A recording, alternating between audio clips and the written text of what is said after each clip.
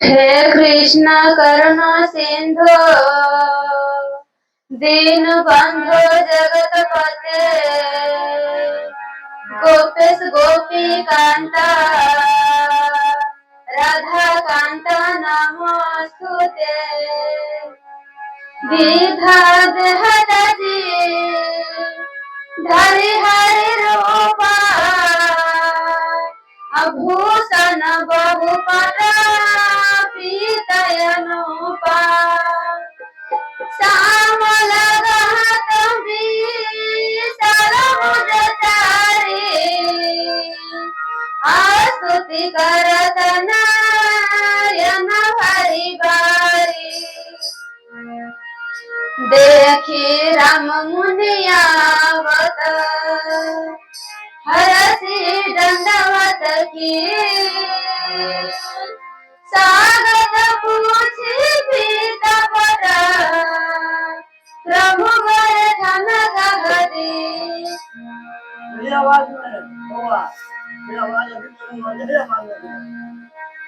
जब प्रभु श्री राम जी लंका से रावण को वध करके आए थे तो अयोध्या में राम जी, भरत जी और लक्ष्मण जी, शत्रुघ्न, हनुमान जी सभी बैठ करके आपस में अपना बातचीत कर रहे थे।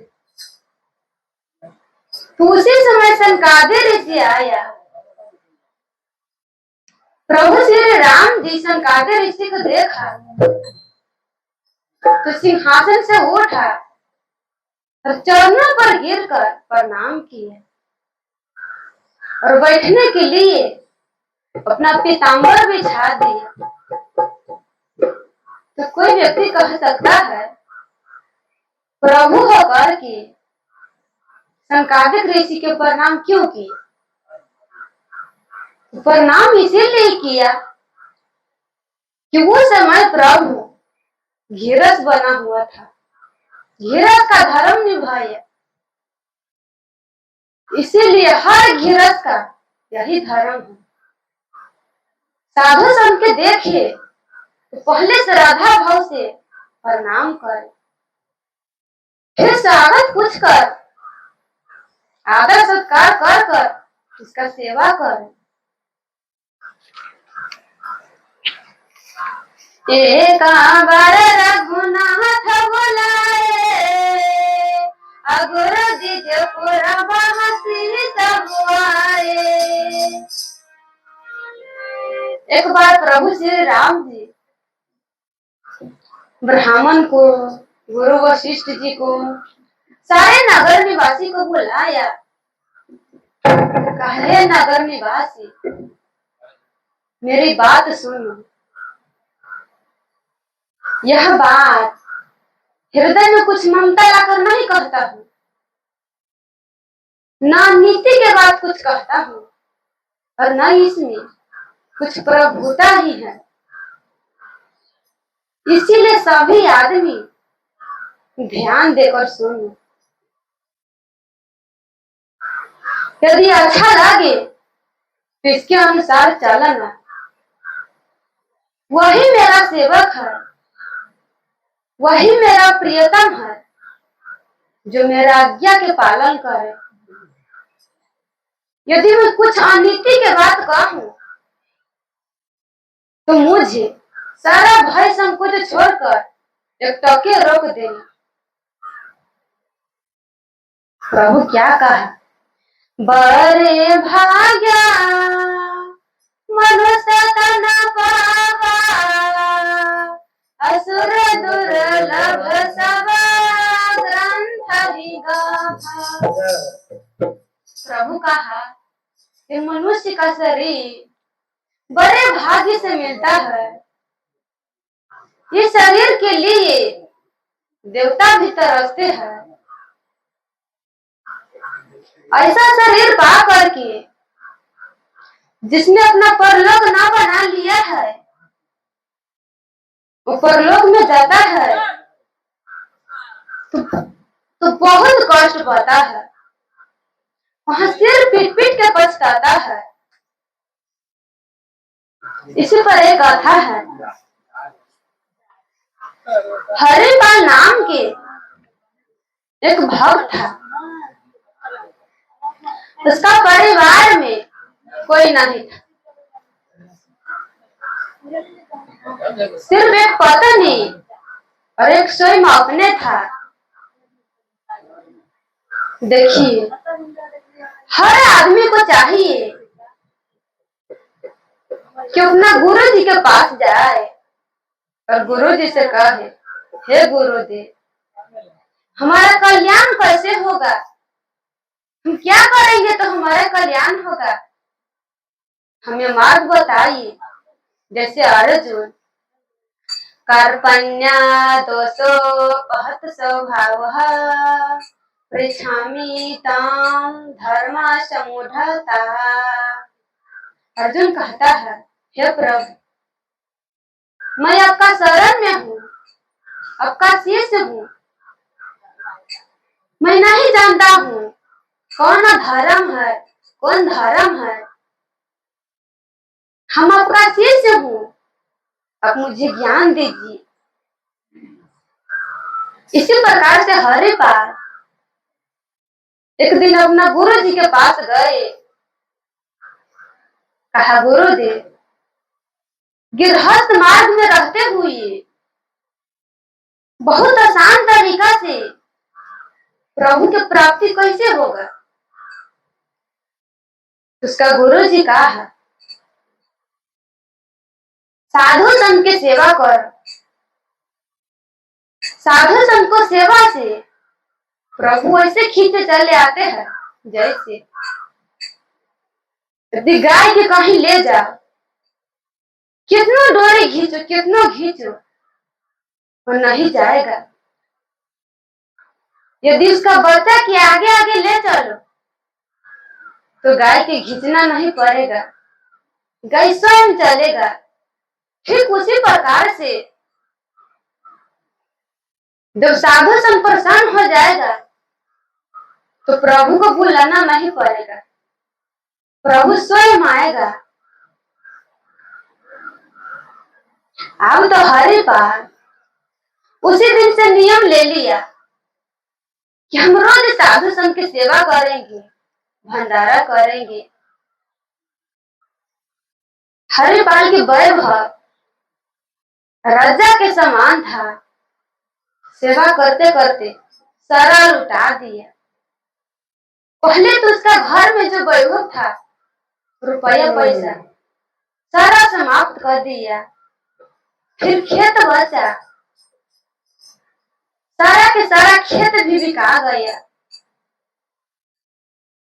पत्नी के गहना था, वो गहना भी बिका गया। अब कुछ नहीं बचा। जो काम में आने वाला बर्तन सब था, बड़ा बड़ा हंडी, तरंग, कोठी, वो सब भी बिका गया। अब कुछ नहीं बचा उसका घर में। यही कहता है, प्रभु जी मेरे लागे लगन मत तोड़ना। सब कुछ बिका गया, लेकिन उसका साधु संत को सेवा करने का लगन नहीं छूटा।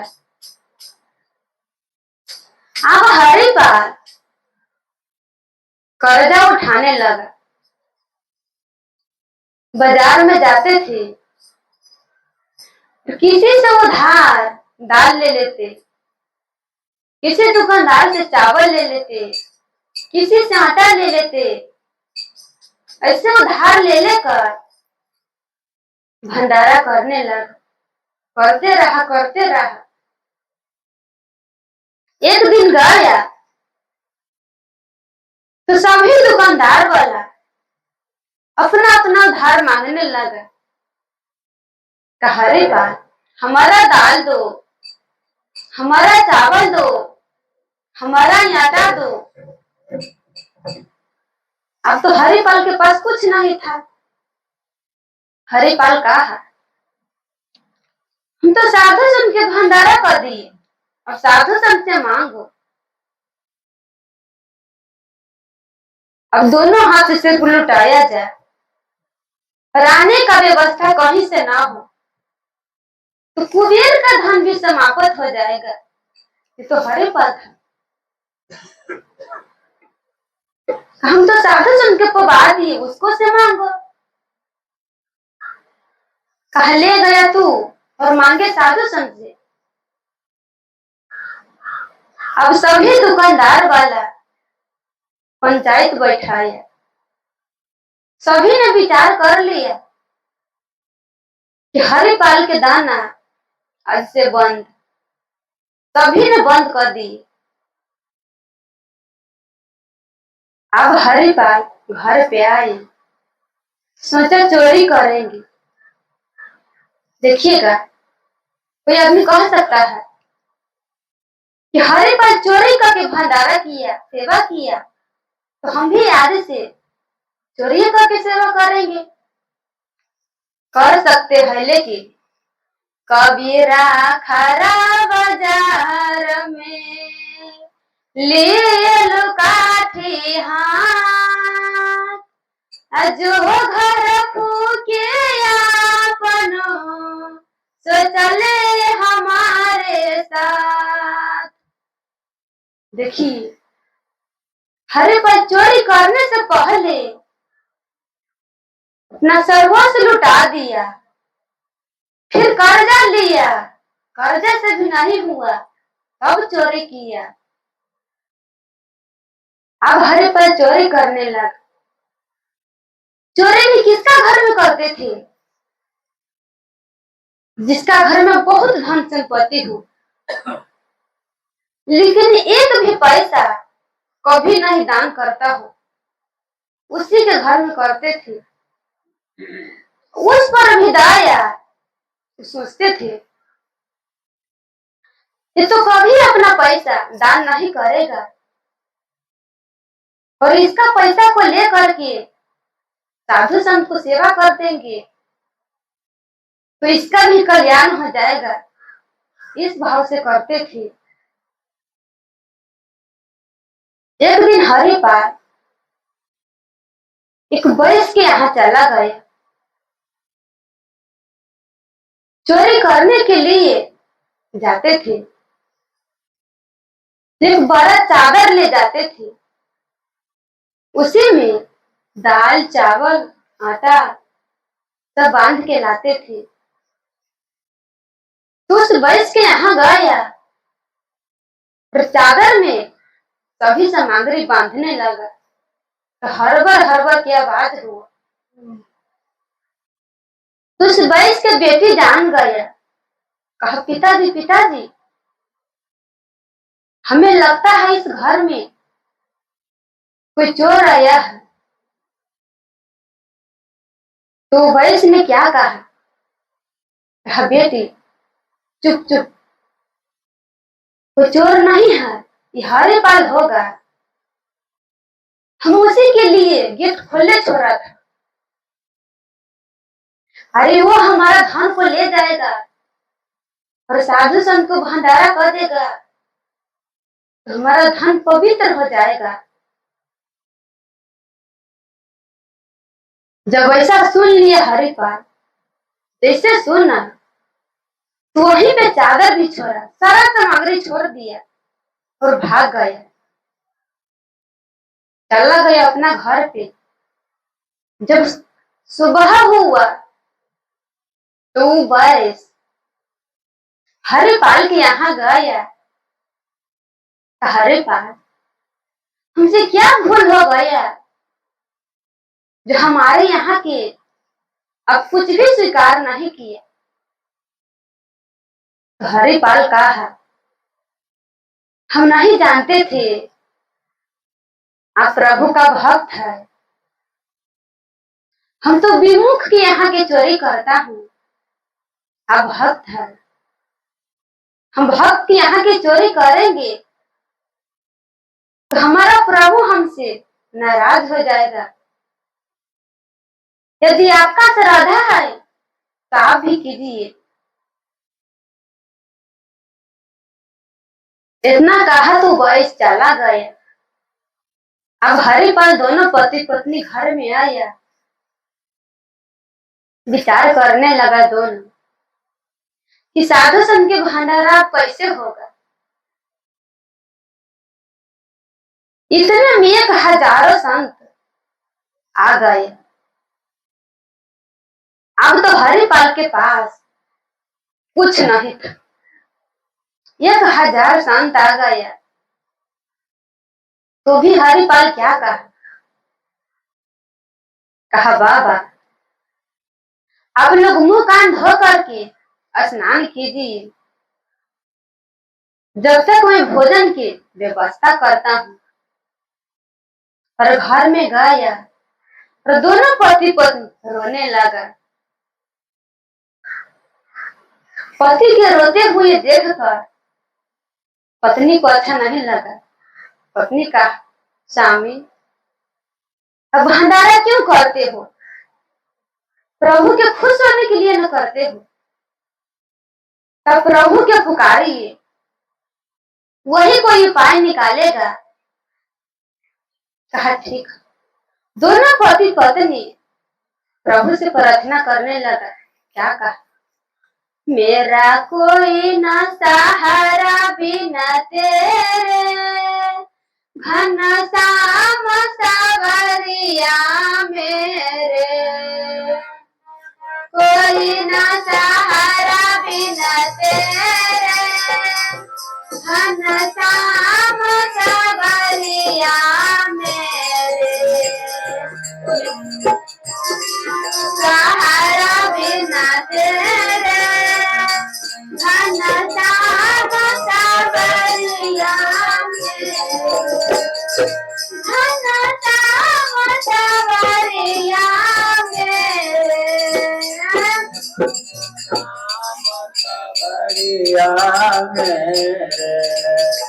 मेरा कोई न सहारा बिना तेरे, घन श्याम सावरिया मेरे।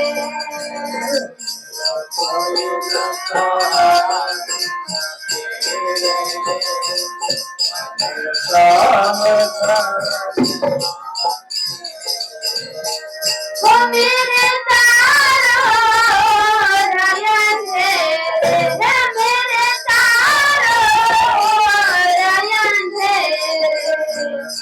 प्रभु मुझको संकट घेरे, संकट घेरे। वो भूखे संत द्वार पर मेरे।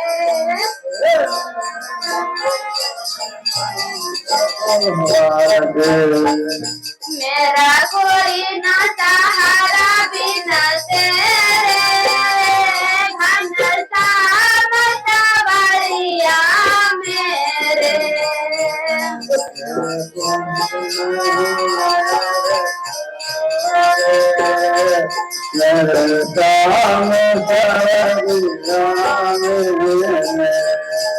हम सदा सदा से तेरे, तुम सदा सदा से मेरे। तुम सदा सदा से मेरे।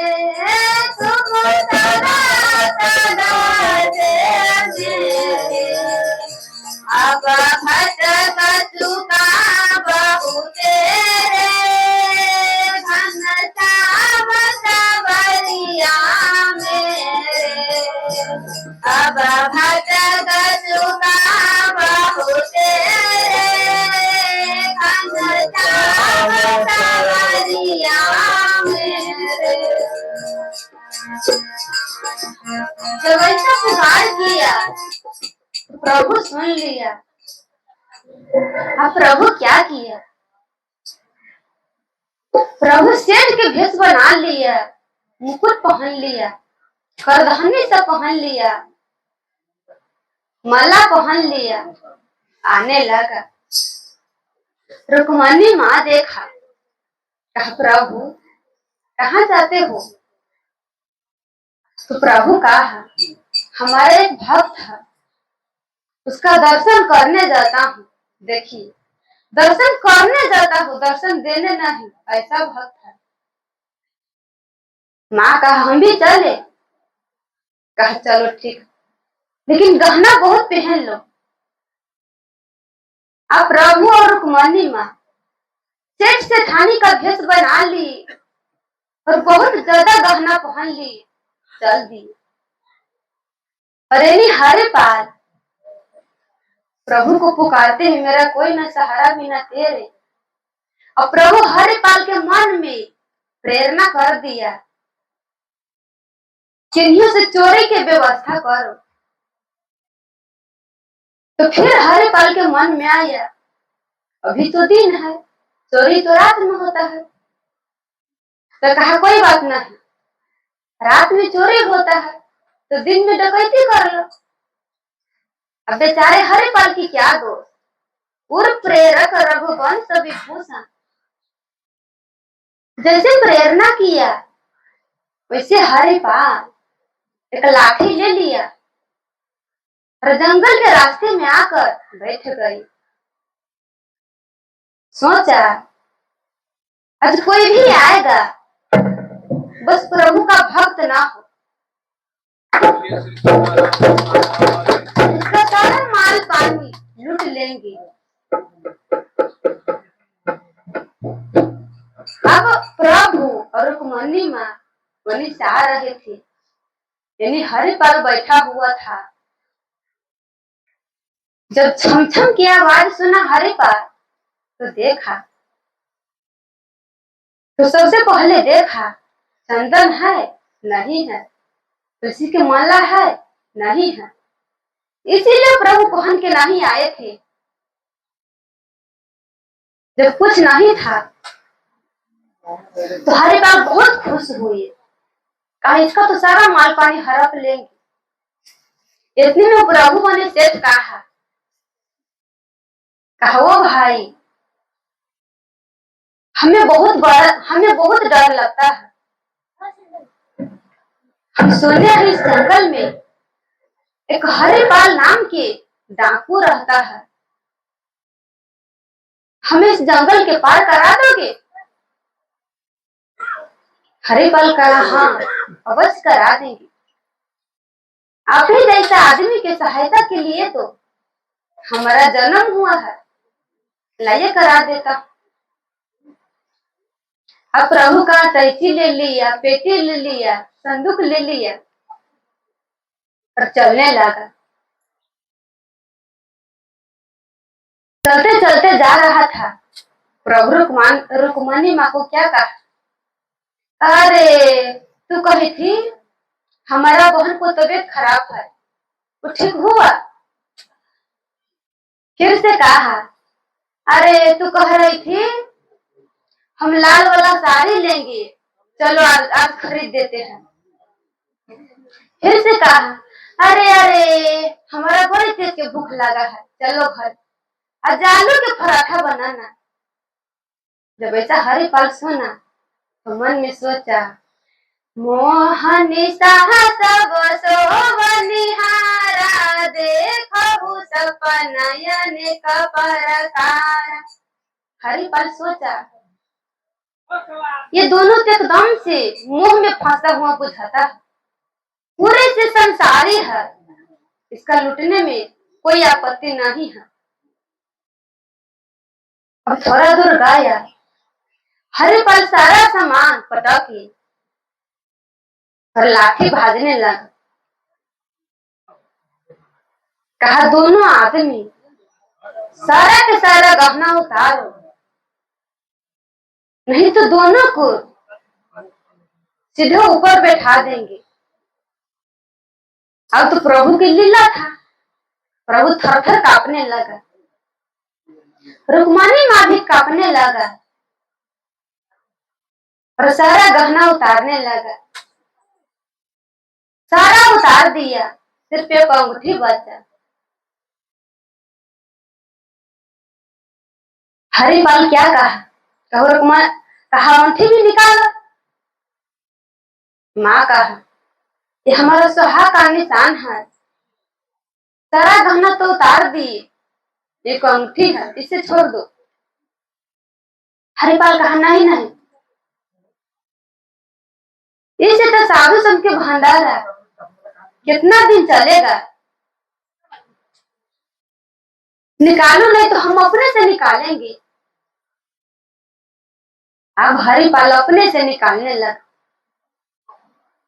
जब निकालने लगा नहीं निकलना तो रुक्मणी माँ बहुत गुस्सा में आ गई। रुक्मणी माँ प्रभु से कहा, प्रभु सुदर्शन को याद कीजिए। तो प्रभु जान गया कि रुक्मणी माँ बहुत गुस्सा में आ गई है। अरे सुदर्शन नहीं, जिसको दर्शन करने जा रहे थे वो यही है। ऐसा कहकर प्रभु प्रकट हो गए। तो श्याम श्याम लगा सुंदर दो भाई, आसवरी पर चरण लपटाए। जैसे प्रभु के देखा तो हरिपाल चरणों में गिर गया। कहा, प्रभु हमें क्षमा कर दीजिए, हमने आपको लूटा, क्षमा कर दीजिए। हमारा द्वार पर संत आया है, अब घर में एक मुट्ठी भी दाना नहीं है।